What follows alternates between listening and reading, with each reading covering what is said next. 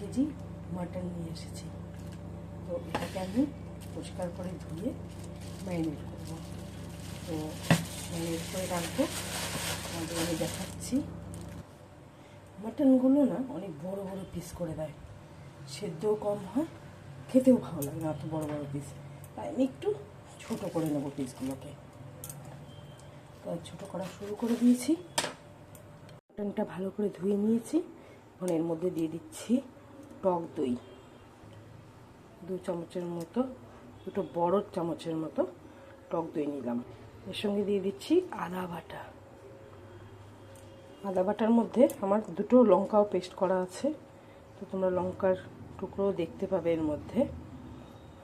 আমি আদা আর লঙ্কা হলো একসঙ্গে, লঙ্কা বেশি নেই, 2টো লঙ্কা পেস্ট করা ছিল। বড় টেবিল চামচে 2 চামচ দিলাম, কারণ 1.5 কেজি মাংস। রসুন বাটা,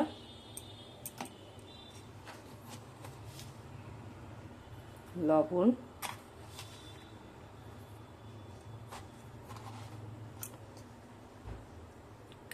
হলুদ, লাল লঙ্কার গুঁড়ো যেটাতে রং হবে, ঝাল নয় লাল লঙ্কার গুঁড়ো, ঝালের জন্য দিচ্ছি না, রঙের জন্য দিচ্ছি। আর এর মধ্যে দিয়ে দিচ্ছি কাঁচা সর্ষের তেল। তো তোমাদের সব মশলা দেখানো হয়ে গেল। এখন আমি মাংসটাকে ভালো করে চটকে চটকে মেখে নেব। দেখো আমার মাংস পুরো মাখানো হয়ে গেছে। এটা আমি 1 ঘন্টার জন্য রেখে দেবো ঢেকে। তো তারপর মেন রান্নায় যাব। আমি দিয়ে দিচ্ছি সর্ষের তেল।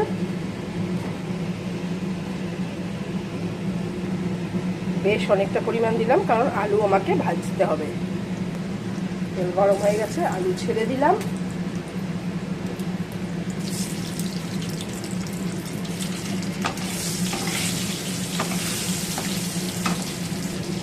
দিয়ে দিচ্ছি হলুদ গুঁড়ো। পেঁয়াজ আমি এরকম কুচি কুচি করে কেটে নিয়েছি।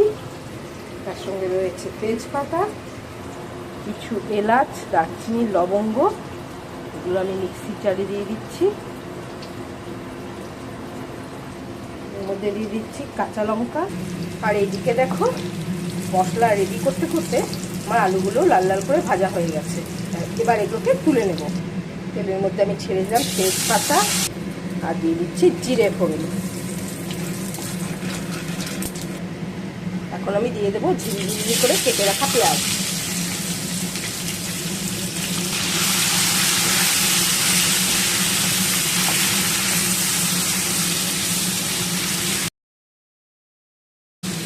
এদিকে টমেটো আমি কুচি করে নিয়েছি, এগুলো মিক্সির জারে দিয়ে দিচ্ছি।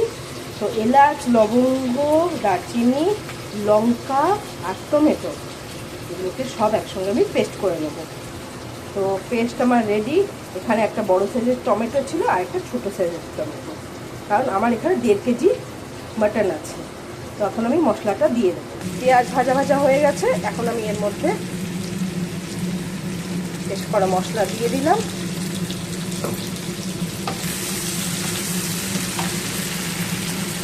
পেঁয়াজ, আদা, রসুন না, পেঁয়াজ ভাজা হচ্ছে টমেটো দিয়ে। আর ওইদিকে মাংসটা আমার ম্যারিনেট করা আছে দই, রসুন বাটা, আদা বাটা দিয়ে, আর হচ্ছে লাল লঙ্কার গুঁড়ো, যেটা রং করে, সেই লাল রং হয় সেই লঙ্কা গুঁড়ো দিয়ে আমার মাংসটাকে ম্যারিনেট করা আছে। তো এই মশলাটা ভাজা ভাজা হয়ে গেলে, টমেটোর কাঁচা গন্ধ চলে গেলে পরে আমি মাংসটা এর মধ্যে দিয়ে দেবো। দিয়ে দিচ্ছি জিরে গুঁড়ো আর বড় চামচের 1 চামচ ধনে গুঁড়ো।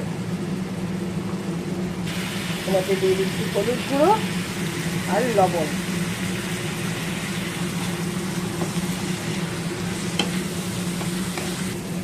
মশলাটা দেখো কষানো চলছে আমার। তো আমি এর মধ্যে না 3টে গোটা রসুন দেবো।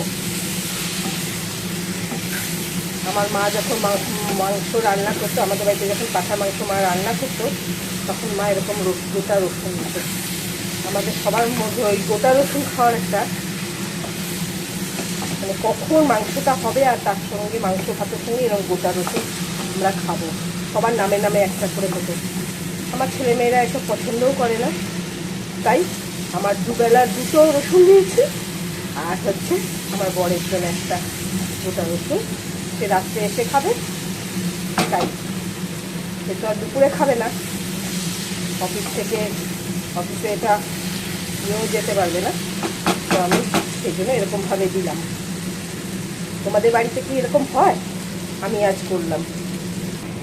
এবার দেখো, এই ম্যারিনেট করে রেখেছিলাম মাংসটা, এটা আমি এখন ঢেলে দেবো, কারণ আমার মশলা পুরো কষানো হয়ে গেছে।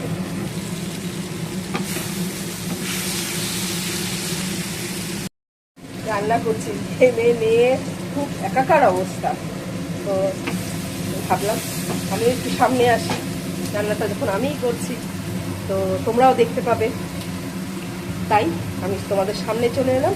এখন মাংসটা আমি ঢেলে দেবো কড়াইতে। তো মাংস এই আমি কড়াইতে দিয়ে দিয়েছি।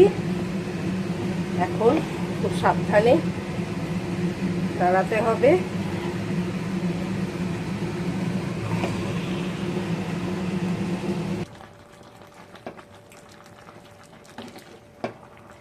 মাংসের থেকে প্রচুর জল বেরিয়েছে, তো সেটা দিয়ে এখন মাংসটা সেদ্ধ হতে থাকুক। আমি মাংসটাকে ঢেকে রেখে দিই, ঢেকে কম আছে এটা সেদ্ধ হতে থাকুক, তার সঙ্গেও কষানো হতে থাকবে। দেখো, মাংসের থেকে যা জল বেরিয়েছিল, মানে দই দিয়ে মাখানো ছিল বলে অনেক জল বেরিয়েছিল, সব জল টেনে নিয়েছে। এখন মাংস ভালো করে কষানো হবে, যত বেশি কষানো হবে তত মাংসের টেস্ট হবে। তো এখন কষাতে থাকি। দেখো, মাটনটা কষানো আমার হয়ে গেছে। কষাতে অনেক টাইম লাগলো, কিন্তু কষাতেই সেদ্ধ হয়ে গেছে।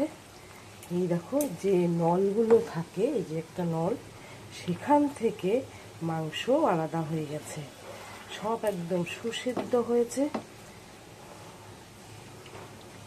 তো তোমরা দেখো, তোমাদের কেমন লাগলো আমাকে কিন্তু জানিও।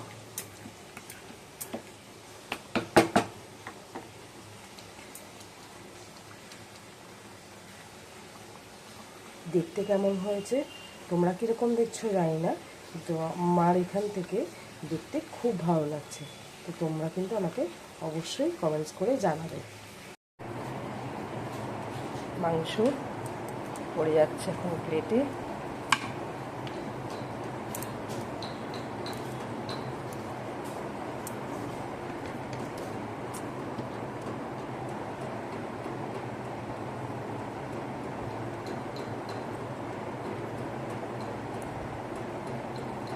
আজ রাতের ডিনারের আয়োজন হচ্ছে রুমালি রুটি আর মাংস, মানে মাটন, তার সঙ্গে একটু শসা।